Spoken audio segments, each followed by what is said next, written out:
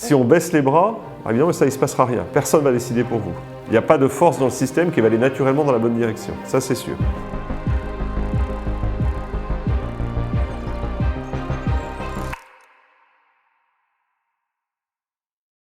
Cher Bertrand Badré, bonjour. Avant tout, merci de nous accueillir dans ce salon en ce début d'année 2021. Chez Time for the Planet, on est un mouvement citoyen qui est tourné vers l'action, mais on ne néglige pas pour autant la réflexion. Et c'est pour ça qu'on rencontre des personnalités inspirantes comme vous, dans des formats longs, pour leur laisser le temps de dérouler vraiment leurs pensées. Et comme Time for the Planet veut rassembler tout le monde, on choisit volontairement d'interviewer des personnes avec des points de vue variés, avec lesquels on n'est pas toujours d'accord, mais qui nous permettent d'affiner notre compréhension des enjeux climatiques. Donc c'est parti, bienvenue à tous dans le salon de Bertrand Badré. Bertrand, après avoir été directeur financier de grandes banques françaises, vous avez ensuite dirigé la Banque mondiale avant de créer il y a quelques années votre propre fonds d'investissement. Donc avant de rentrer dans le vif du sujet, quelques petites questions. Est-ce que d'abord on peut se tutoyer parce que chez Time on se tutoie? Oui, on peut se tutoyer. Puis moi j'habite aux États-Unis et aux États-Unis le you permet d'éviter ce débat compliqué. Excellent, c'est parfait. Comme tu as la gentillesse de nous recevoir presque chez toi, du coup on t'a apporté un petit cadeau qui se veut être un clin d'œil. Est-ce que tu sauras reconnaître pourquoi on t'offre cette orange, à part qu'on est au Nouvel An? Elle manque de bleu, mais c'est mon fruit préféré. Très bien, tu nous en diras plus tout à l'heure. Absolument. Et donc pour finir cette introduction, même si beaucoup de gens évidemment te connaissent déjà, est-ce que tu peux en simplement 2 minutes peut-être nous résumer un petit peu ton parcours à la fois personnel et professionnel pour que tout le monde puisse resituer toute ton aventure? Voilà, donc j'ai 52 ans, je suis marié, j'ai 4 enfants. J'ai grandi les premières années à Grenoble, dans les Alpes. Je suis arrivé à l'âge de 7 ans en région parisienne, à Ville-d'Avray, où j'ai fait mes études primaires et secondaires. Puis à Versailles au lycée, ensuite j'ai fait une succession d'écoles. J'ai été à HEC, à Sciences Po, à la Sorbonne et à l'ENA. Et ensuite j'ai passé 25 ans à explorer tous les recoins de la finance, puisque j'ai été à la fois au ministère des Finances au moment où on créait l'euro, j'ai été banquier d'affaires au moment de la nouvelle économie et de l'explosion de cette bulle, et au moment aussi de l'effondrement du World Trade Center, je travaillais à New York comme banquier d'affaires. J'ai été conseiller du président Jacques Chirac sur le financement du développement, et notamment j'ai beaucoup travaillé sur le financement de l'accès à l'eau. J'ai ensuite été directeur financier du Crédit Agricole puis la Société Générale au moment de la crise financière de 2007, 2008, 2009, 2010, 2011, etc. On verra jusqu'à quand elle dure, avant de rejoindre la Banque mondiale. J'habite à Washington depuis bientôt 8 ans.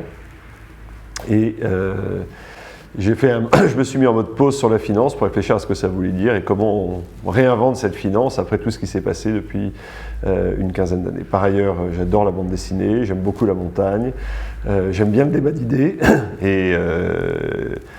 Et là, je me suis lancé comme entrepreneur, ce qui est une vraie aventure pour moi. J'avais plutôt passé les 20 dernières années dans des tours, de plus en plus proche du sommet. Maintenant, je suis retombé à la cave, mais je commence à voir la lumière.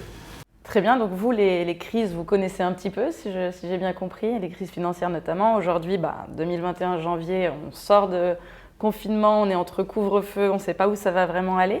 Dans votre livre, vous dites qu'on attribue à Churchill la phrase « Ne gâchons pas une bonne crise ».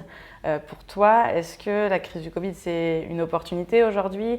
Est-ce que c'est justement une manière, un moment pour réinventer la finance et le monde de demain? Alors, c'est toujours compliqué de dire qu'une crise est une opportunité parce que quand les gens sont en plein dedans et on souffre, c'est pas très audible. Et je sais que plusieurs fois, quand j'ai fait référence, alors on attribue à Churchill, et probablement beaucoup de gens l'ont dit. Une des personnes avec qui j'ai beaucoup travaillé, Michel Cantu, qui avait été longtemps directeur général du FMI, notamment au moment de l'effondrement de l'Union soviétique, m'avait dit quand il n'y a pas de crise, on ne réforme pas, quand il y a une crise, on réforme un peu. Donc voilà, ça fait partie de cette réflexion qui m'a animé pendant toutes ces années. Donc faire attention à l'emploi des mots. Mais c'est vrai que quand il se passe quelque chose comme ça, qui est une vraie rupture, qui oblige les gens à penser, alors sans aller jusqu'à ce dont on a beaucoup parlé pendant le premier confinement, les réflexions sur le monde d'après, les manifestes, les pétitions, etc. C'est évident que ça ne peut pas être complètement pareil après et avant. Mais simplement, quand on veut recréer quelque chose, il faut être un peu proactif. Ça ne se passe pas tout seul. La ligne de plus grande pente n'est pas toujours le scénario le plus favorable. Et donc moi, j'ai beaucoup vécu sur la crise précédente, qui était la crise financière liée au subprime puis à l'euro. Et ce qui m'a beaucoup frappé à l'époque, j'ai eu la chance d'être comme directeur financier d'un côté de la table et comme directeur général de la Banque mondiale de l'autre côté de la table. Donc du côté des régulés et des régulateurs. Et j'ai participé pendant plusieurs années aux discussions dans le cadre du G20 par exemple, dans le cadre du Financial Stability Board, qui est l'organe du G20 qui rénove la finance mondiale ou qui réforme la finance mondiale. J'ai beaucoup réfléchi et travaillé à qu'est-ce qu'on fait après la crise. Et la conclusion que j'en avais tirée dans mon livre précédent, c'est qu'on avait assez largement colmaté les brèches. Donc on a renforcé les exigences prudentielles pour les banques, on a durci les ratios, on a fait attention, mais on n'a pas pensé le système. Donc la bonne nouvelle, c'est qu'on n'est pas mort, donc on a quand même fait du bon boulot, il ne faut pas dire que ça ne s'est pas fait. On est encore vivant, on peut encore aller dans un distributeur et retirer de l'argent, enfin tout ça fonctionne. La mauvaise nouvelle, en revanche, c'est qu'on ne sait pas très bien où on va. Et donc, d'une certaine manière, la crise du Covid, qui n'est pas une crise de la finance, qui n'est pas une crise du capitalisme, qui n'est pas une crise de la mondialisation, des pandémies, on en a connu sur toutes les latitudes et à tous les siècles. Donc il ne faut pas attribuer au Covid une espèce de forme, je veux dire, intentionnelle, je viens vous taper au moment où vous avez une crise. Non, c'est coïncident. Mais simplement, ça nous donne, ça nous force, puisque le Covid, ce qu'on a bien vu, c'est que ça met l'accent, ça révèle, ça accélère un certain nombre de tendances qui étaient là avant. Et donc, ça nous fait nous reposer les questions auxquelles on n'a pas répondu la fois précédente. Et donc, ça nous donne une autre, entre guillemets, chance ou une autre opportunité, je fais attention aux mots, de finir le travail. Ce qu'on n'a pas fait la fois précédente, peut-être qu'on peut essayer de faire, pour reprendre les mots de Kansu, un peu plus cette fois-ci. Très bien. Il y a quelque chose qui est assez étonnant dans cette crise, c'est que les ordres de grandeur sont un peu chamboulés. Aujourd'hui, il y a de l'argent qui est mis sur les marchés partout. L'État et les États en général subviennent à plein de besoins et compensent les entreprises qui ne peuvent plus payer des salaires, etc. Est-ce qu'on a changé d'ordre de grandeur? Est-ce que c'est une opportunité, ça, pour le dérèglement climatique, puisqu'on sait qu'il y a besoin de beaucoup de financement? Est-ce que, du coup, on a déjà tout dépensé pour la crise du Covid et il n'y en a plus d'argent pour le climat? Est-ce qu'au contraire, ça nous permet de relativiser les ordres de grandeur et de se dire qu'en fait, on peut, quand on a besoin d'argent, faire des choses? Qu'est-ce que vous en pensez? Non, alors, je ne sais pas si ça relativise, mais ce qui est vrai, c'est qu'il y a un changement d'échelle qui donne un peu le vertige, d'ailleurs, parce qu'on commence à parler de chiffres dont on ne sait plus ce qu'ils signifient. Si je vous dis combien il y a de zéro à un 1 trillion ou 1 billion en français, il vous faut quelques secondes pour répondre. Vous n'avez pas automatiquement la réponse. Donc on voit bien que, moi qui suis suffisamment âgé pour avoir connu les francs, quand on disait 1 million de francs dans les années 80, c'était beaucoup. Comme maintenant, quand on parle de 1 trillion euro ou 1 trillion dollars, donc 1000 milliards d'euros, 1000 milliards de dollars, on voit que les ordres de grandeur ont été transformés. On le voit sur tous les exemples publics et privés d'ailleurs. Quand vous voyez les montants mobilisés par la Réserve fédérale aux États-Unis, par exemple, j'avais fait le calcul, c'est probablement toujours exact aujourd'hui, qu'entre mars et septembre, c'était 1 milliard de dollars injectés toutes les heures dans l'économie. 1 milliard de dollars. Vous voyez les capitalisations boursières, Apple fait plus de 2000 milliards de dollars. Et on peut prendre ces chiffres par tous les bouts, ils donnent le vertige. Alors, la question, c'est qu'on a effectivement pris dans cette crise, on a réussi à trouver des ressources auxquelles on ne croyait plus. C'est d'ailleurs très troublant pour la population. Il y a un an, on disait il n'y a rien, et brusquement, non, il y a. Le raisonnement est simple, je ne sais pas si c'est une opportunité pour faire face au changement climatique. Moi, le message est quitte à mobiliser autant d'argent, et on parle vraiment de sommes considérables, autant les mobiliser en regardant le futur plutôt que le passé, en regardant devant soi plutôt que dans le rétroviseur. Et donc d'intégrer les préoccupations qui n'ont pas été traitées lors de la crise précédente, singulièrement la crise climatique, plus généralement d'ailleurs la crise environnementale, ce n'est pas seulement la crise climatique, vous avez un sujet de biodiversité et de nature dont on parle un peu plus cette année, et plus généralement aussi la crise sociale. Et donc de retravailler sur les fondamentaux de notre modèle économique. Et c'est toujours plus facile de retravailler quand on met de l'argent dans le système que quand il n'y en a pas. L'argent, ça permet aussi d'atténuer le coût des transitions, de permettre un certain nombre de choses qui ne se feraient pas naturellement, parce que c'est vrai qu'il ne faut pas se raconter d'histoire. Le changement climatique, l'ajustement de notre modèle social, la nature, il y a des gens qui vont gagner, entre guillemets, des gens qui vont perdre. Et on ne peut pas juste dire, écoutez, très bien, préoccupons-nous des gagnants, et puis les perdants, ils vont s'ajuster. C'est assez légitime qu'on en prenne soin. Et donc, la capacité qu'on a, notamment du fait de taux d'intérêt très bas, à mobiliser des ressources aujourd'hui, il ne faut pas la laisser échapper.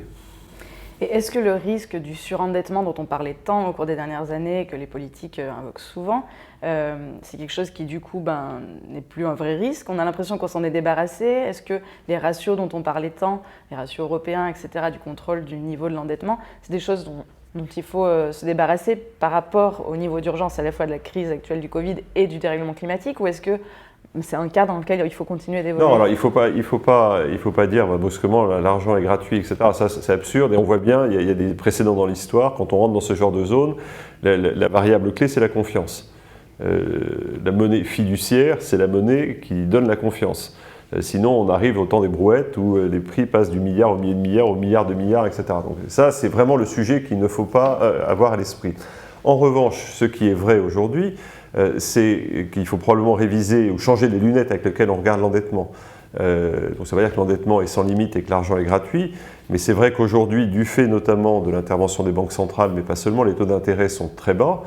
Alors c'est compliqué d'expliquer aux populations qu'aujourd'hui l'endettement français est 2 fois supérieur à ce qu'il était il y a 10 ans, mais qu'il nous coûte 2 fois moins cher. Mais pourtant c'est vrai, parce qu'à l'époque les taux d'intérêt étaient de 4-5% et que maintenant ils sont à 0,1. Donc voilà, il faut aussi tenir compte de ça. Donc ça veut dire qu'un jour les taux d'intérêt augmenteront, on ne sait pas très bien quand, probablement pas tout de suite, et donc il ne faut pas non plus arriver dans cette période où les taux d'intérêt augmenteront avec une dette hors de contrôle. Donc il faut garder le contrôle tout en constatant qu'aujourd'hui on a des facilités qui nous permettent d'investir. Et c'est vrai que la vraie manière non violente de régler le problème de la dette, c'est la croissance. Et donc c'est bien cette croissance qu'il faut pousser, cette croissance qui doit être verte, cette croissance qui doit être inclusive. Donc là, on peut investir dans notre modèle de croissance. Et si effectivement on redonne un trend de croissance, la question de la dette ne se posera plus dans les mêmes termes dans 10 ou 20 ans. Mais c'est compliqué parce qu'effectivement, on a été baigné, moi le premier, dans l'idée qu'il ne faut pas que la dette représente plus de 60% du PNB et il ne faut pas que les déficits soient de plus de 3%. Mais c'était des valeurs qui fonctionnaient. Encore une fois, vous êtes trop jeune pour avoir connu ça, mais dans les années 80, vous pouviez placer votre argent à court terme à plus de 10%. Aujourd'hui, vous diriez ça, regarde, même à long terme, vous n'y arrivez pas. Et donc, effectivement, quand les taux étaient à 10%, il ne fallait pas avoir une dette à 150% du PIB, parce que ça veut dire que chaque année, vous payez 15% de votre PIB en intérêt. Alors qu'aujourd'hui, effectivement, vous payez 1-2%. Donc voilà, donc je pense qu'il faut remettre en perspective, mais ne pas non plus avoir une vision comme si on ne savait pas ce qui pouvait se passer après. La variable clé, c'est la confiance. Donc on peut avancer jusqu'à un moment où on touche cette confiance. La difficulté, c'est qu'on ne sait pas modéliser le moment où ça arrive. Ça peut ne jamais arriver, comme ça peut arriver demain. À quel moment est-ce que la panique saisit les gens parce qu'ils ne croient plus dans la monnaie? Et c'est un exercice qui est très délicat. D'accord. Vous avez sorti récemment un livre qui s'appelle « Voulons-nous sérieusement changer le monde ?» C'est une très bonne question. Je vous remercie. Je te remercie, pardon. Et tu dis d'ailleurs dans ce livre qu'il faut changer le cœur du système. Tu as toi-même été au cœur du système en dirigeant la Banque mondiale. Quelle est vraiment la latitude qu'on a quand on est à ce poste-là? Est-ce que les chefs d'État que tu as fréquentés veulent vraiment changer le monde? Qu'est-ce qui les freine? Qu'est-ce qui les fera vraiment bouger? On se demande toujours en tant que citoyen, qu'est-ce qu'on peut faire, nous, pour inciter encore plus ces gens-là à bouger? Qu'est-ce que tu as pu constater, toi, à ce poste-là? Il y a 2 niveaux. Il y a le niveau national, qui est le niveau auquel on est le plus habitué. Qu'est-ce qu'on peut faire en France? Qu'est-ce qu'on peut faire aux États-Unis, etc. Et donc là, il y a la pression du jeu démocratique, en tant que citoyen, en tant que consommateur, etc. On a une capacité à influencer. Quand 30 000 étudiants signent une pétition pour dire qu'ils ne veulent plus aller travailler dans telle ou telle entreprise, ça a du poids. Quand des millions de consommateurs disent « je ne veux plus acheter des chaussures fabriquées au Xinjiang », ça a du poids. Enfin, il y a tous ces aspects-là et qui sont probablement plus faciles à mobiliser aujourd'hui, compte tenu, alors, on peut parler des réseaux sociaux, mais c'était une manière de faire entendre les choses beaucoup plus rapidement qu'avant. Là où c'est beaucoup plus compliqué, c'est au niveau international, parce que les sujets dont on parle, on ne va pas régler la crise climatique, on ne va pas régler le changement des normes en France toute seule. On a une petite chance au niveau européen parce que l'Europe, aujourd'hui encore, ça ne durera pas éternellement, pèse suffisamment dans l'économie mondiale, pèse suffisamment dans l'investissement mondial, pèse suffisamment dans l'épargne mondiale pour que ce qu'elle dit soit entendu. Donc on a un sujet européen, on pourra y revenir. Pour moi, c'est un des leviers très importants. L'Europe a une capacité à influencer ce modèle. Et encore une fois, ce n'est pas éternel. Le poids de l'Europe dans l'économie mondiale diminue, on vieillit. Et donc, dans 30, 50 ans, notre capacité à influencer le modèle sera probablement beaucoup plus faible. Mais aujourd'hui, on a encore cette capacité à influencer. Et puis après, il y a la communauté internationale. Il y a toute une série de sujets. Le changement climatique est un très bon exemple. Vous pouvez parler de la prolifération nucléaire, vous pouvez parler du risque cyber, par exemple, des normes du commerce. Enfin, il y a toute une série de sujets des migrations qui sont des sujets par construction internationaux. Il n'y a pas un pays, aussi grand soit-il, qui les réglera tout seul. Ni la Chine toute seule, ni les États-Unis tout seuls ne régleront la question du climat. Et donc, dans ce monde-là, comment est-ce qu'on s'organise ? C'est ce que j'ai vu à la Banque mondiale, c'est ce que j'ai vu quand j'ai participé à tous ces sujets G20, G7, etc. C'est pas naturel. On est typiquement dans les problèmes que les économistes ont très bien définis, de théorie des jeux, de passagers clandestins. Tout le monde a intérêt à ce que le climat ne change pas. Mais tout le monde a intérêt à ce que ce soit les autres qui fassent le boulot, pas soi. Et donc on est exactement dans ce genre de problématique. Et c'est vrai qu'on a un monde qui est plus fragmenté aujourd'hui. Quand on se place en 1945, là, les Alliés ont gagné la guerre. Enfin, il faut être honnête, les Alliés, c'était les États-Unis. Les États-Unis, il faut de ce point de vue-là leur rendre hommage, ils ont plutôt mis en place un système dont ils ont bénéficié, mais dont on a tous bénéficié. Le système de Bretton Woods, la création du Fonds monétaire, de la Banque mondiale, des Nations unies, le plan Marshall, l'OTAN, etc. C'est ça qui a quand même été le parapluie des 30 Glorieuses et qui a favorisé le développement de l'Europe et du Japon. Dans les années 70, les États-Unis restent, on change de système, restent maîtres du monde. Les anglo-saxons en général restent le moteur intellectuel du monde. Et c'est ça qui amène à la chute du mur de Berlin. À ce moment-là, on croit que c'est gagné. À l'époque, j'avais 20 ans et c'était la fin de l'histoire. C'est la fin du film. La démocratie a triomphé, l'économie de marché a triomphé. Bon, on passe à quoi maintenant ? Et les gens disaient, maintenant on va s'ennuyer parce qu'on n'est plus... Voilà, ça ne s'est pas passé comme prévu. Et on accélère. Et aujourd'hui, vous avez des visions concurrentes du monde. La vision chinoise est évidemment pas la même. D'ailleurs, les Chinois disent... Je ne suis pas sûr qu'ils aient forcément envie d'exporter leur modèle, mais ils disent chaque pays fait ce qu'il veut et chaque pays est souverain chez soi.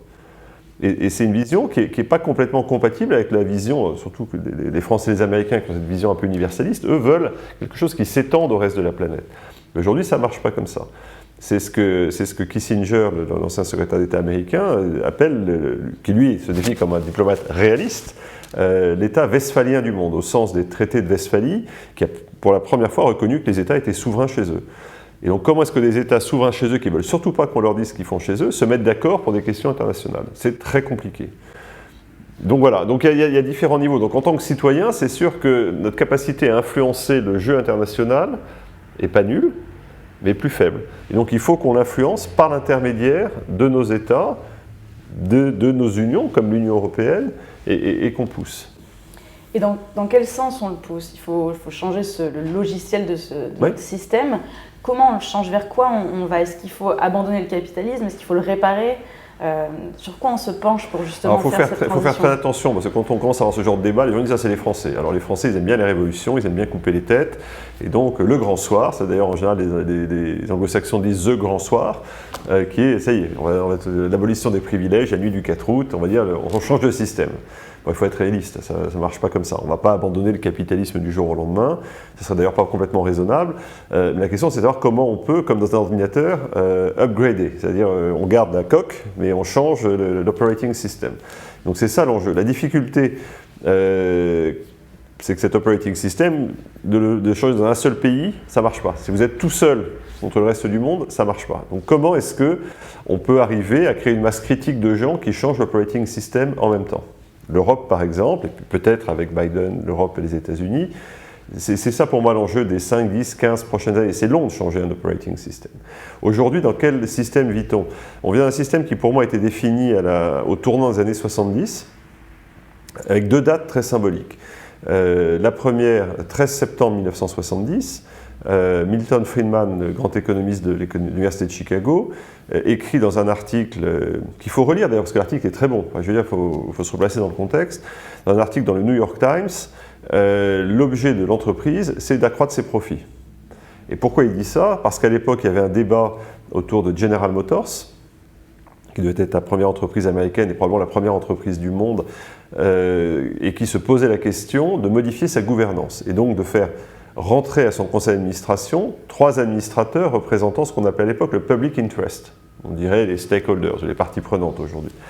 Et Friedman dit, mais c'est pas le job de General Motors de faire rentrer le public interest à son board. Le job de General Motors, c'est de s'occuper de ses affaires, de ses profits, et le public interest, il se débat ailleurs, au Congrès, etc. Et donc, ne mélangez pas les genres. Et donc, l'entreprise, son sujet, c'est de faire du profit. Et donc, le profit est une fin en soi. The social purpose of business is to increase its profits. C'est bien que le profit est l'objectif. Donc ça, et à partir de là, on a construit tout ce qui est devenu le capitalisme actionnarial et financier. Tout ce qui fait la vie quotidienne des entreprises est tiré, au bout du bout, de ce qui s'est cristallisé à ce moment-là. La deuxième date très importante, c'est quelques mois plus tard, le 15 août 1971. Richard Nixon prend un peu tout le monde par surprise, même si certains disent qu'on pouvait le voir venir, en suspendant la convertibilité en or du dollar. C'est-à-dire que le système de Bretton Woods, tel que fixé en 1944-1945, c'est centré sur le dollar, qui est la monnaie convertible en or, et c'était assez simple, les États-Unis avaient 80 ou 70 ou 80% du stock d'or mondial. De toute façon, il n'y avait pas le choix. Et donc, pendant 30 ans, le FMI, son job, c'est de faire en sorte que les balances des paiements ne s'écartent pas trop, pour que finalement, le système tienne autour du dollar et de l'or. Dans les années 60, ça dérape, notamment du fait de la guerre du Vietnam, pas seulement, du développement du commerce international. Donc il y a de plus en plus de dollars qui sortent. Des gens comme le général de Gaulle disent, le dollar, moi je n'ai pas confiance, je demande l'or. Les réserves américaines baissent. Et donc Nixon tient une décision raisonnable qui dit ça ne peut pas durer. Donc je suspends, on ne peut plus convertir le dollar en or. C'est une décision temporaire. Ça fait 50 ans. Ça fait 50 ans que cette décision temporaire tient. Et ce qui est intéressant, c'est qu'au-delà c'est pas tellement je ne suis pas là pour parler de l'étalon or, etc., mais ce qui est intéressant, c'est qu'on est passé mentalement d'un schéma organisé, avec le dollar, l'once d'or valait 35 $, donc il y avait un point fixe dans le système. Et brusquement, il n'y a plus de point fixe. Et donc quand il n'y a plus de point fixe, c'est le marché qui décide. C'est comme ça que le glissement s'est fait. Donc si je vous demande aujourd'hui combien vaut un dollar, tu vas me dire, ça vaut l'euro. Je te dis, alors très bien, alors dis-moi combien vaut un euro. Tu vas me dire, ça vaut X dollars. Ouais. Et donc on a un système qui est le marché. Le marché décide. Et petit à petit, c'est ça qui s'est passé. C'est que sur un certain nombre de sujets, finalement on s'est dit, le marché est un assez bon mécanisme. Et donc on a eu cette idée de maximisation du profit d'un côté, cette idée du marché comme étalon, qui s'est petit à petit diffusée. Et encore une fois, ce n'était pas forcément complètement mal. Il n'y a pas eu une période, un âge d'or avant, et on est rentré dans les ténèbres avec ça. Ça a très très bien marché. Il faut aussi voir que ça a été coïncident avec une des grandes périodes de croissance mondiale, l'émergence d'un certain nombre de pays, les populations qui sortent de la pauvreté, etc. Simplement, on est allé trop loin. Et c'est ce système-là qui s'est craché en 2007-2008. Et depuis, on est en recherche de la suite. Je ne dis pas qu'il faut annuler le profit, mais il faut être réaliste. On ne va pas rentrer dans un univers, le communisme, on a essayé, ça n'a pas marché. Mais pour reprendre une formule que j'aime bien de Colin Mayer, qui est prof à Oxford, il dit en fait l'objet de l'entreprise, ce n'est pas d'accroître ses profits, l'objet de l'entreprise, c'est de trouver des solutions profitables aux problèmes de la planète et de ses habitants. C'est-à-dire que le profit devient légitime parce qu'il est utile. Il n'est pas légitime parce qu'il est plus gros que l'année précédente. Et c'est quand on rentre dans ce système qu'à ce moment-là, on peut commencer à discuter. Ça veut dire quoi pour les normes comptables? Ça veut dire quoi pour la manière dont on rémunère les gens? Ça veut dire quoi sur les obligations de ceux qui gèrent notre argent? Ça veut dire quoi sur la gouvernance des entreprises, etc. Et c'est ce travail qu'il faut entreprendre. Alors, quand je dis le comment est difficile, évidemment, c'est comme il n'y a plus de maître du monde comme en 1945 ou comme en 1980, on commence où? Et c'est là que je crois que l'Europe a une responsabilité particulière pour travailler cette approche-là. Pour dire, voilà, le capitalisme dans sa version, son avatar 3, 4 ou 5, ou je ne vais pas compter, 6 ou 7.0, c'est un capitalisme qui intègre ces notions de résilience, d'inclusion et de durabilité. Voilà comment ça marche. Et voilà comment on peut rentrer dans un débat mondial sur ces questions-là. Mais c'est un sujet qui est difficile, il n'y aura pas de grand soir. Et c'est pas très drôle parce que c'est compliqué d'imaginer un président de la République qui va au journal de 20 heures pour expliquer, écoutez, je vous parle des normes comptables. C'est pas trivial. Très bien. Donc effectivement, on voit que les entreprises, la redéfinition de la mission d'entreprise peut jouer un rôle. Pour toi, la solution viendra forcément d'un mélange du secteur privé, du secteur public, des citoyens. Qui doit un peu mener cette transition? Comment on fait pour aller le plus vite possible, vu qu'il y a urgence? Alors, je ne crois pas qu'il faille mêler, mais je crois pour le coup, et ça je le disais déjà il y a 5 ans, il n'y a aucun des objectifs qu'on s'est fixés en 2015 qui sera atteint par le seul secteur public ou par le seul secteur privé. Et donc, pour moi, la question clé, c'est la gouvernance. Au sens noble du terme. C'est un mot qui s'est imposé depuis une vingtaine d'années. Avant, on parlait de gouvernement, maintenant on parle de gouvernance. Et la gouvernance, pour moi, c'est la manière d'organiser les relations entre les 3 piliers de nos sociétés, qui sont le secteur privé, le secteur public et la société civile, les citoyens ou les citoyens engagés. Et c'est difficile aujourd'hui parce que un des coups majeurs des différents chocs qu'on a connus depuis 20 ans, c'est la crise de confiance. On voit bien la défiance dans tous les sens vis-à-vis de la science. On voit bien les problèmes sur les vaccins aujourd'hui. Enfin, c'est extraordinaire de penser qu'il y a eu une crise sanitaire. Il y a encore 50% des gens qui disent « je ne veux pas me faire vacciner ». Mais c'est la crise de défiance vis-à-vis des élites, vis-à-vis des gouvernements, vis-à-vis de la presse, vis-à-vis des médias, vis-à-vis de la finance. Enfin, on ne croit plus en rien. Regardez ce qui se passe aujourd'hui aux États-Unis, par exemple. Et donc, cette crise de confiance, elle rend toute transition difficile et elle rend toute collaboration difficile. Aujourd'hui, quand vous dites secteur privé, secteur public, ben les gars, embrassez-vous sur la bouche, compliqué. Le secteur public a très peur que le secteur privé abuse de ce qu'il pourrait lui apporter. Sur le thème, ben en fait, le secteur privé, lui, il veut prendre le profit sans prendre les risques, donc il garde les profits, il me laisse les risques. Et de fait, ça s'est passé, donc ce n'est pas une suspicion qui est dénuée de tout fondement. Mais il y a cette tension où on est hésitant, avec en plus toute une série de pressions sur tout ce qui s'est passé, de corruption, de favoritisme, etc. Donc il y a une gêne. Il y a une gêne et on réinvente la roue à chaque fois. On n'arrête pas de dire qu'il faut faire du public-privé et en fait, on en fait moins. Donc ça, Mais à l'inverse, le privé a aussi des réticences vis-à-vis du public. Il va trouver trop lent, trop conservateur, trop bureaucratique, trop corrompu, etc. Et la société civile, elle se méfie de tout le monde, parce qu'elle dit c'est les élites qui font leurs affaires sur mon dos. Donc c'est compliqué d'organiser une gouvernance équilibrée entre tout ça. Mais c'est aussi pour ça, je crois, que la société civile, elle a un rôle particulier, parce que c'est elle qui, au fond, c'est les consommateurs, les investisseurs et les salariés ou les chefs d'entreprise qui sont le secteur privé. Donc le secteur privé, ici, dans une économie de marché, il y a un mot important, c'est marché. Quand vous êtes une entreprise et que le marché vous dit des choses, normalement vous écoutez. Vous ne pouvez pas être sourd trop longtemps. Donc ici, comme je disais, 30 000 jeunes Français disent « je n'irai pas travailler chez vous si vous vous comportez comme ça ». Si tu es chef d'entreprise, t'écoutes. Si des millions de consommateurs disent « je ne veux pas acheter des produits parce qu'ils ne sont pas faits comme je le souhaite », tu finis par écouter. Moi, je prends toujours l'exemple, Paul Polman, qui était le patron d'Unilever, avec qui je travaille beaucoup, a été un de ceux qui a beaucoup transformé Unilever. Et je lui dis « pourquoi tu as fait ça ?» Il m'a dit « parce que les gens ne voulaient plus travailler chez nous ». Donc c'est intéressant. Pas l'idée de marque employeur, c'est une réalité. Si vous voulez que les gens viennent bosser chez vous, que les talents viennent chez vous, vous vous mettez... Donc le marché, c'est important. Donc je pense que tous, en tant que citoyens, on a cette capacité à faire passer ce message du marché, encore une fois, comme consommateur, comme investisseur et comme salarié. Alors évidemment, c'est facile à dire, on est tous un peu schizophrènes. Alors, comme consommateur, on dit oui, je préférais prendre un truc mieux, mais quand même, si le truc mieux est un peu plus cher ou plus compliqué, je vais quand même prendre le truc moins bien. Que celui d'entre nous qui n'a jamais fait ça me jette la première pierre. Et pareil, en situation de crise, c'est facile de dire, quand on a le chômage qui diminue et que tout va bien, de dire « j'irai pas travailler dans telle entreprise ». Effectivement, si l'environnement change, c'est plus difficile. Et comme investisseur, c'est compliqué aussi. Vous dites « ah oui, ça c'est bien, mais peut-être que je vais gagner un peu moins ». Enfin, donc il faut aller jusqu'au bout de ces raisonnements. Et on est tous schizophrènes. On aimerait bien que quelqu'un prenne la décision pour nous. Ce serait bien qu'on nous oblige à faire ça. Ah non, ça ne marche pas comme ça. Donc je pense que c'est très important. Et vis-à-vis du secteur public, c'est pareil. On est citoyen, on est membre d'association. Donc allons jusqu'au bout. Et là où c'est très difficile, c'est que psychologiquement, beaucoup de gens, et ça m'arrive, même si autour de la table aujourd'hui, on est plutôt des gens qui ont une capacité d'influence supérieure à la moyenne, on n'est pas maître du monde. Donc on se dit, très bien, est-ce que je peux faire quelque chose? Est-ce que tout ça ne me dépasse pas? Est-ce que ce n'est pas trop grand pour moi? Avec ce sentiment par lequel on est tous passés, ils n'ont qu'à faire ça. C'est eux. Il y a nous et eux. Mais ce que je dis dans mon livre, c'est que ce n'est pas vrai. Eux ont besoin de nous, comme nous, on a besoin d'eux. Et donc il faut qu'on trouve au niveau public aussi une capacité à faire système eux et nous.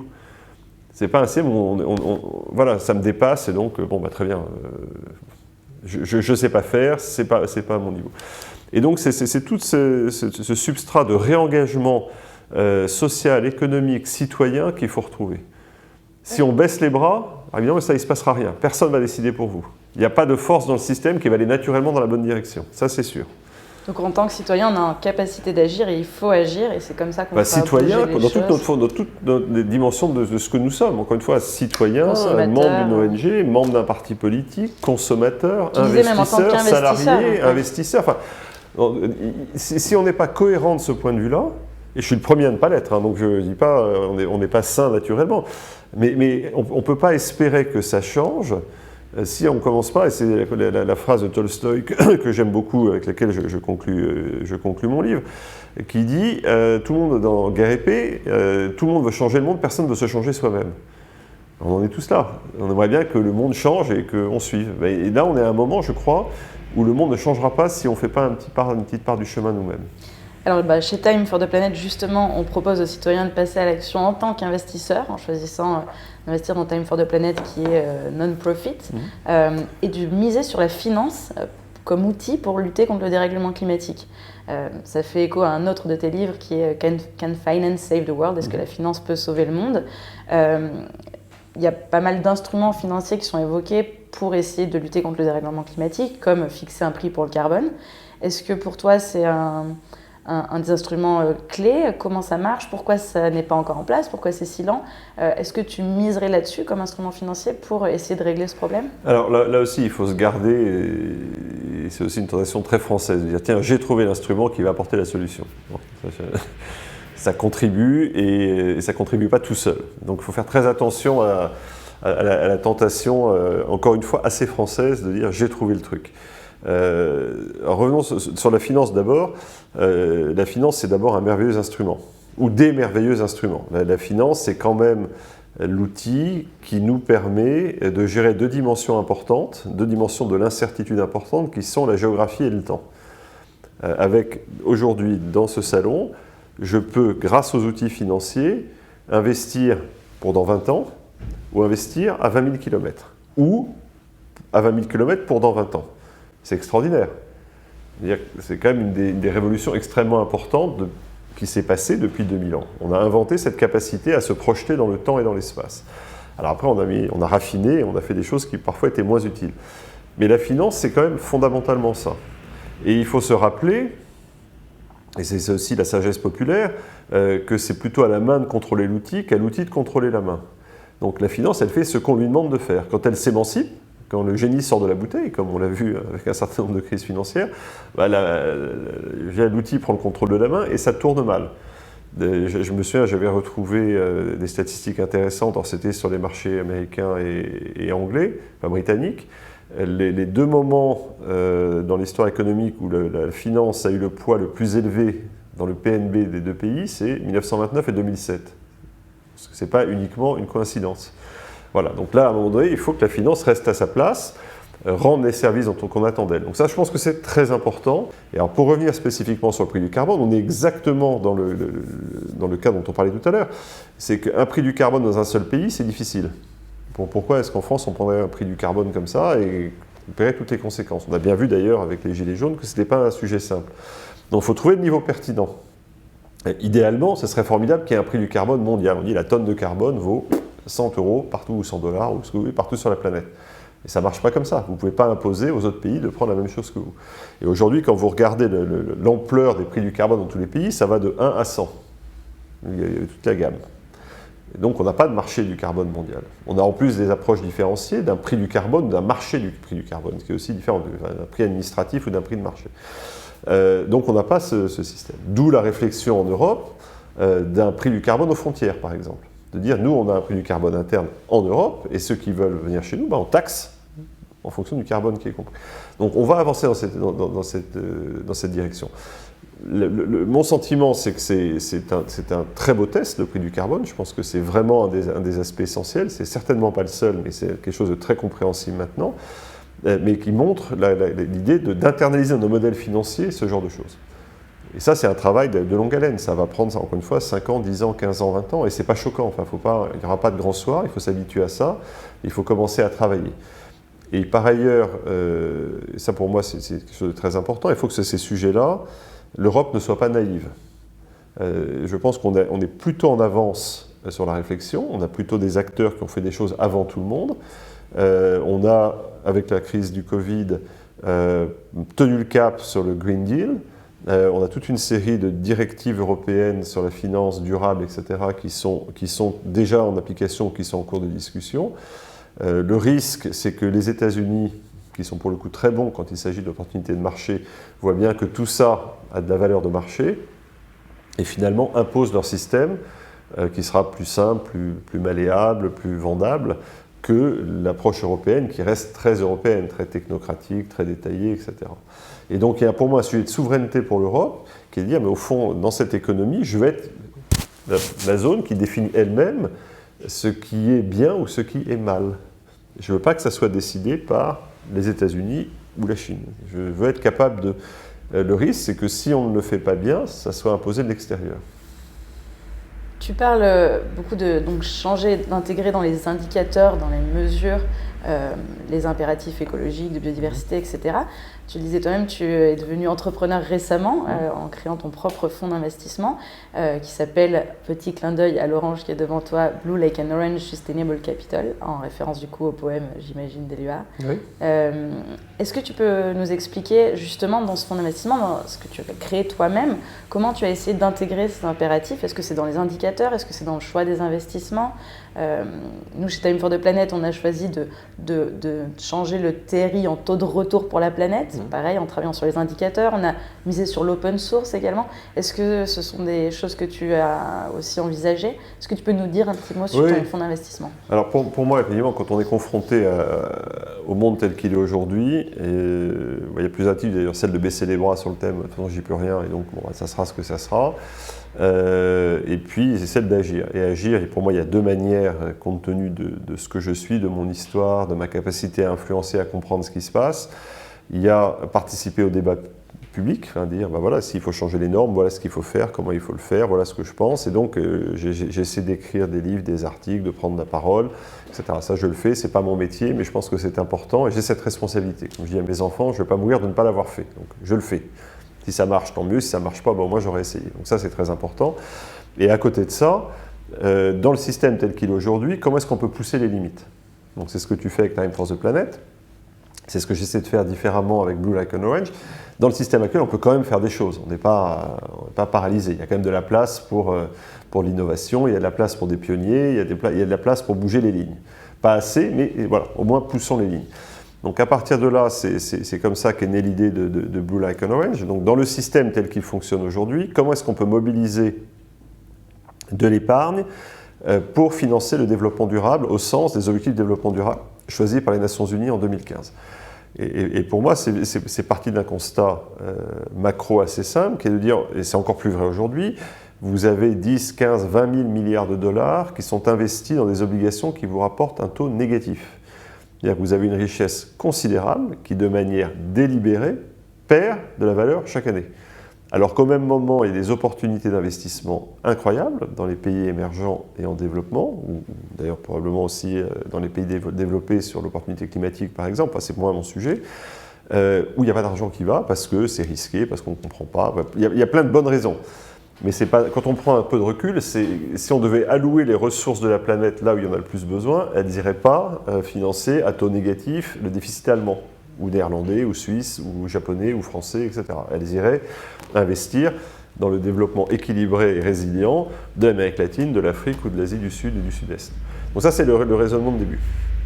À partir de là, moi, ce qui m'intéressait, c'était de mobiliser les sommes d'argent les plus importantes, qui sont les sommes institutionnelles, donc ce qui est géré notamment par les fonds de pension, les assureurs, les family office, etc. Et dans le monde d'aujourd'hui, ces gens-là ont des obligations fiduciaires, ils doivent être rémunérés du risque qu'ils sont pris. Sinon, même s'ils sont très bien intentionnés, ce n'est pas qu'ils sont mauvais, méchants, idiots, c'est qu'ils ont des règles et qu'ils doivent les respecter.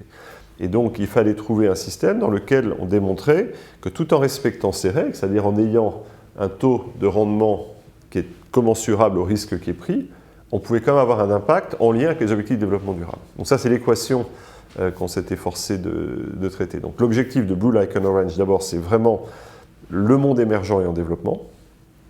Et pourquoi ça? À la fois parce que c'est là où je pense avoir une valeur ajoutée, c'est un univers que je connais mieux, et aussi parce que je crois que le développement durable, c'est quand même là que ça va se jouer. Il ne faut pas dire ça en France, aux États-Unis, mais la réalité, c'est qu'on va le faire. Il y aura des hauts, des bas, on a les moyens, on commence à avoir la volonté, et je ne suis pas inquiet que dans 20 ou 30 ans, l'Europe et les États-Unis soient sur la bonne trajectoire. Ce n'est pas agréable, mais les vrais sujets, ça va être le Brésil, ça va être l'Inde, ça va être le Nigeria, la Colombie, etc.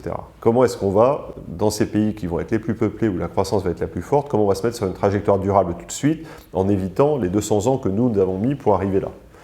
Donc ça, c'est vraiment la raison pour laquelle je suis focalisé sur ces pays.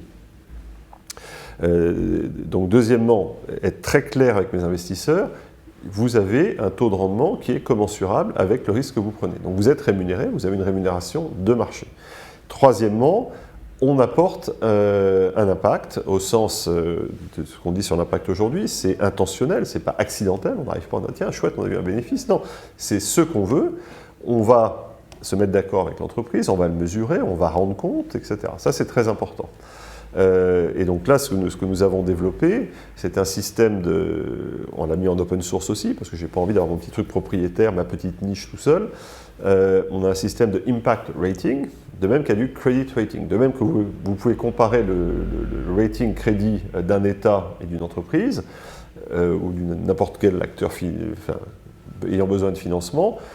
Pourquoi comparer le rating de Microsoft avec le rating de la France? Oui, on peut. On peut dire, voilà, il y en a un qui est du AA et l'autre du AAA. Voilà. Et donc, comment est-ce qu'on peut comparer l'impact rating d'un projet A dans la santé, par exemple, avec l'impact d'un projet B dans l'agriculture, d'un projet C dans l'accès au crédit? Donc, c'était ça l'idée, de dire, voilà. Et comment est-ce que dans le portefeuille d'investissement que je vais constituer, je peux avoir un rating moyen, de même que je peux avoir le rating moyen d'un portefeuille crédit, où je mélange un peu d'Allemagne, un peu de Suisse, un peu de je sais pas quoi, et puis enfin, hop, fait AA ou single B. Donc ça, c'est très important. Et ce qui est très intéressant dans la crise du Covid, qui nous a permis de tester ça, on a plutôt eu des bonnes surprises. C'est-à-dire que les gens sur lesquels on avait misé ont plutôt fait mieux que ce qu'on pensait en matière d'impact, de manière parfois totalement inattendue. Donc ça, c'est très intéressant comme démarche. L'autre point très important, on parlait de la coopération publique-privée. On a signé un accord avec la Banque interaméricaine de développement, qui est la banque de développement pour l'Amérique latine, qui est probablement le seul de son espèce sur la planète, où on travaille ensemble, on cofinance, on analyse ensemble. Et donc là aussi, on essaie de mobiliser public et privé sur ce qu'ils savent faire de mieux tous les deux. Donc je suis assez content. En réalité, j'ai à peu près mis dans mon petit laboratoire la plupart des ingrédients dont je parle dans mes livres. Alors, est-ce que c'est parfait? Non. Est-ce qu'on peut faire mieux? Oui. Mais ça y est, on est en train d'y arriver. Super. Nous, comme avec ton fonds d'investissement, on mise sur l'innovation pour essayer de répondre à l'enjeu de la décarbonation de nos économies, puisque nous, notre focus chez Time for the Planet, c'est vraiment les gaz à effet de serre. Est-ce que toi, tu as vu des innovations? Est-ce que tu es optimiste sur le potentiel de l'innovation sur ces sujets? Est-ce que, par exemple, un de nos axes chez Time for the Planet, c'est la captation du carbone? Est-ce que ce sont des choses qui te semblent pertinentes aujourd'hui? Est-ce que tu vois l'innovation se développer dans ce sens-là? Ah oui, alors, ce qui est clair, ce qui est intéressant sur le climat, c'est que ça fait quand même quelques années qu'on en parle, donc il s'est quand même passé des choses, heureusement. Je me souviens du temps où j'étais à l'Élysée avec Jacques Chirac, j'avais eu le privilège de déjeuner, c'était en 2003 avec l'équipe du GIEC. Et je me souviens, j'avais pratiquement découvert le jour même que j'allais déjeuner avec le GIEC, je ne savais pas qui c'était. Voilà. Aujourd'hui, ça paraît évident, mais en 2003, ce n'était pas si simple. Et donc, on voit bien qu'aujourd'hui, la question climatique, elle est quand même devenue grand public. Enfin, les gens, après, on est d'accord, pas d'accord, mais enfin, globalement, les gens savent de quoi on parle quand on parle du climat. On voit bien que ça a quand même commencé à diffuser dans toute la société, qu'on parle de Green Deal aux États-Unis ou en Europe, qu'on parle de normes de reporting, enfin, il y a toute une série de choses qui se passent. Et donc c'est sûr que ça a entraîné, ça c'est l'aspect positif de l'économie de marché, ça a entraîné toute une économie d'innovation sur ces sujets-là. Et donc je crois qu'il y a des choses qui se passent. Et c'est un élément de l'équation qui est très important.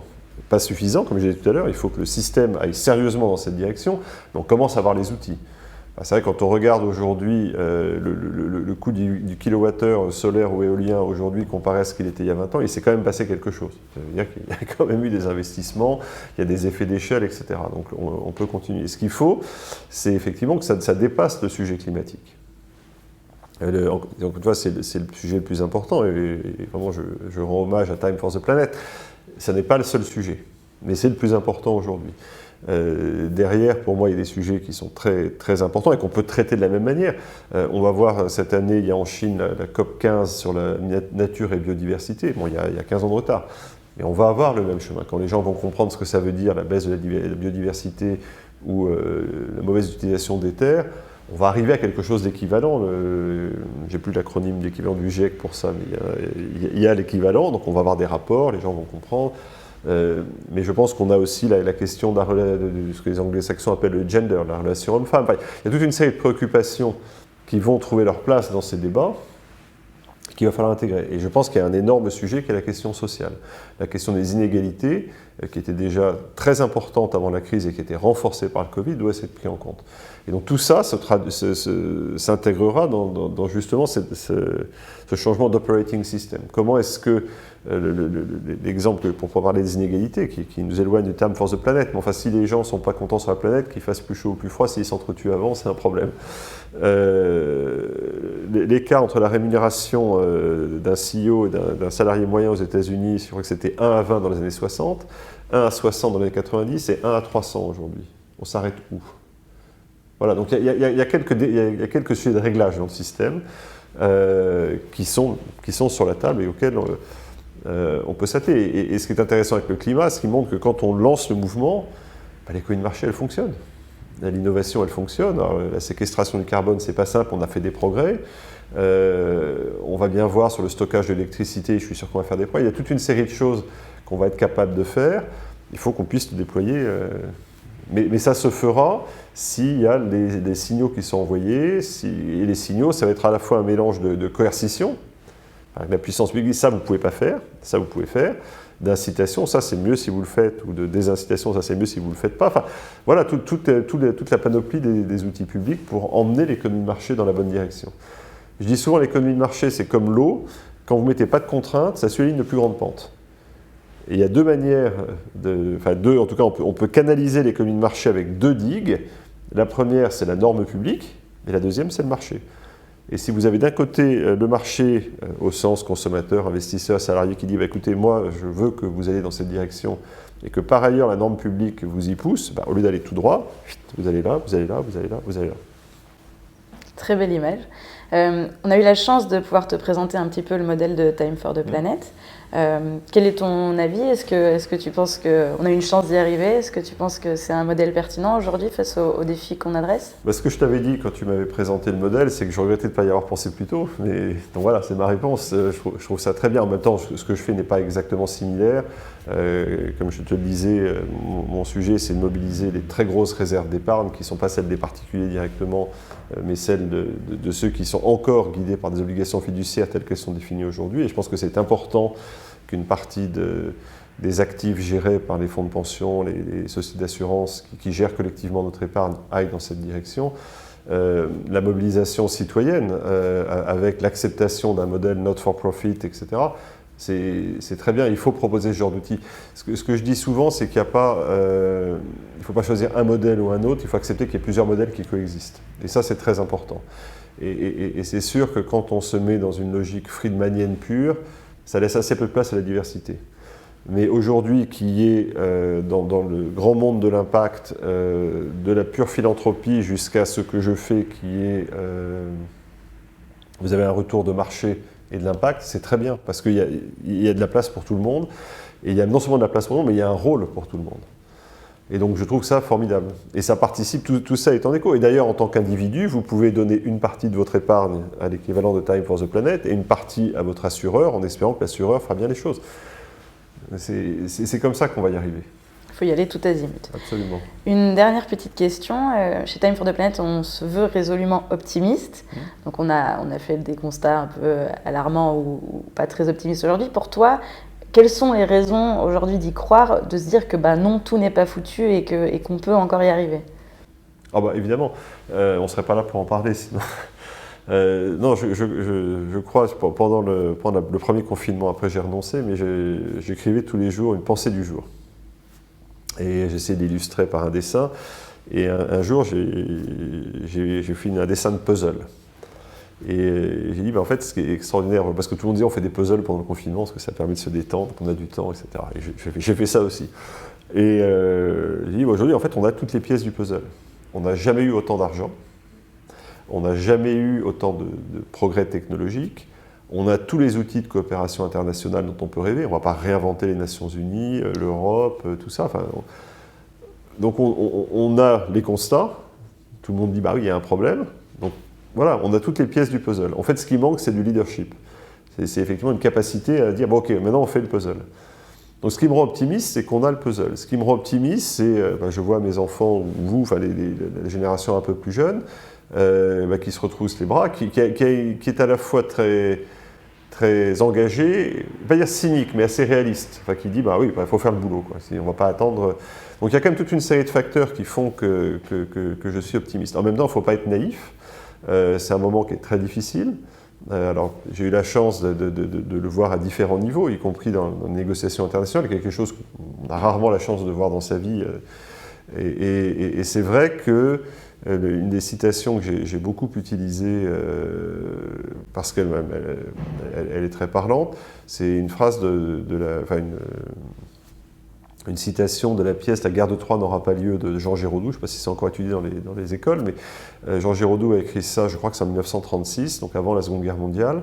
La guerre de Troie n'aura pas lieu, évidemment, c'est une annonce triste de ce qui allait se passer plus tard. Donc effectivement, on sait que la guerre de Troie a lieu et on sait que la Seconde Guerre mondiale a lieu, mais dans la guerre de Troie n'aura pas lieu. Hector et Ulysse, donc Hector côté troyen et Ulysse côté grec, discutent pour éviter la guerre. En fait, la guerre, c'est pas bien, on va brûler des villes, on va tuer nos enfants, enfin bon bref. Donc trouvons un arrangement autour d'Hélène et on passe à autre chose. Évidemment, ça ne marche pas. Et je crois que c'est Ulysse qui dit à Hector, le privilège des grands est de croire qu'ils peuvent voir les catastrophes depuis leur terrasse.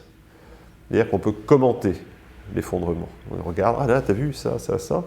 Et je crois qu'aujourd'hui, on n'a plus ce luxe. On ne peut pas juste dire, c'est pour ça que j'admire ton engagement et votre engagement, c'est pour ça que j'essaye de faire ma part. On n'a pas le luxe aujourd'hui d'être au balcon et de dire, oh là là, mais oui, oula, le climat progresse, la nature régresse, machin, et t'as vu, les Chinois, les Américains, les Européens, enfin, c'est pas un jeu, c'est pas un spectacle. Et alors ce que nous dit Jean Giraudoux en creux, c'est que le jour où la catastrophe arrive, le balcon s'effondre, la terrasse s'effondre, on est dans la catastrophe. Et donc je ne crois pas qu'on puisse se permettre de rester spectateur. J'avais été très frappé quand mon fils a été diplômé de Georgetown.